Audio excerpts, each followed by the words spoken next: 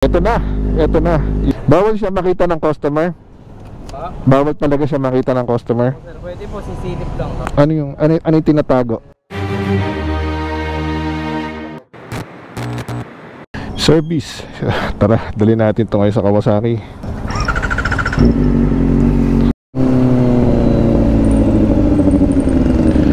Malapit lang naman dito sa amin itong Kawasaki Big Bikes. Kaya kahit anong oras naman po pwede tayo. Hindi na tayo mag-e-effort pa sa biyahe masyado. So ito na tayo mga tol, Kawasaki Big Bikes.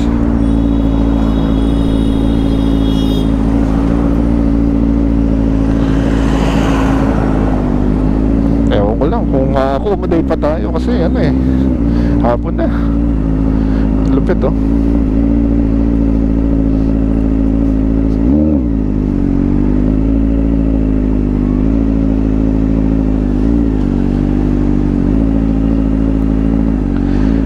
Boss, pwede pa bang magpa-maintenance mga oras?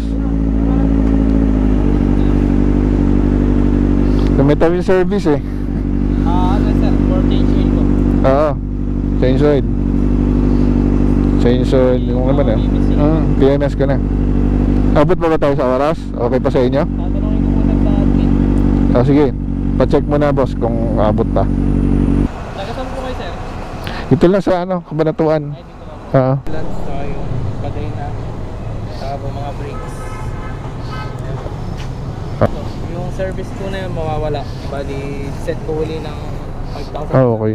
Bawal siya makita ng customer? Bawal talaga siya makita ng customer? Sir, pwede po sisilip lang tapos alis. Bakit? Bakit siya binabawal? Yun po kasi sir, sabi po ng supervisor po namin. Ano yung tinatago?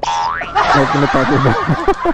Bakit binabawal? At yun nga mga bossing, nandito na tayo ngayon sa Kawasaki Big Bikes para ipa-PMS yung ating big bike ngayon. At pasensya ka na rin bossing dahil nangungulit lang talaga ako dahil kahit saan namang Kawasaki Big Bike Service Center or service area or ano man ang tawag dyan, talaga namang hindi nila inaalaw ang pag-video at ang mga customers ay nasa customer lounge lang talaga. Kaya okay na okay lang yan bossing, no worries. Sir, ito. Green card wala yan eh. Wala yatang green card dyan.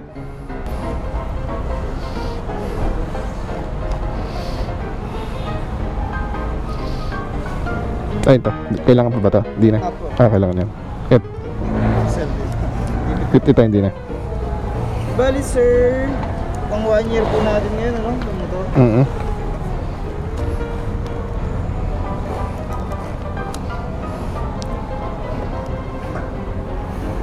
Hindi nagagamit sir? Hindi masyado.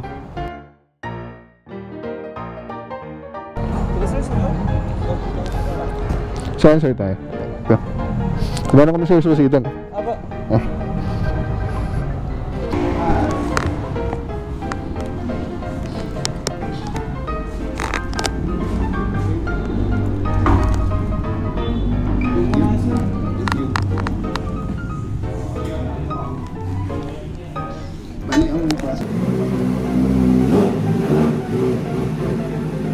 At eto na nga, after almost 2 hours natapos na ang ating PMS para sa ating big bike na si Enteng. Tinest drive na nga rin pala ni sir para ma-check lang kung okay yung motor natin at para pag alis natin wala tayong maging problema. Okay, tapos na yung ating PMS para kay Enteng.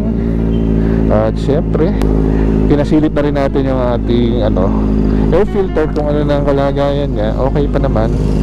May additional payment nga lang yun pagka ganun mga tol. Kasi sa normal na PMS, hindi siya talaga kasama na nasisilip based dun sa sabi nila, based dun sa sinasabi nila sir. So may additional payment tayo dyan. Ito na ilabasan kung magkano nga ba ang PMS na isang big bike.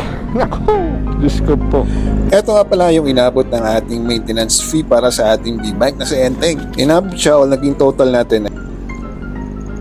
Pero sa normal na PMS yan ay nasa 4.6 lang. Kaya siya umabot ng ganyan mga tol kasi pinasama ko na rin yung cleaning ng air filter at saka checking ng mga spark plugs.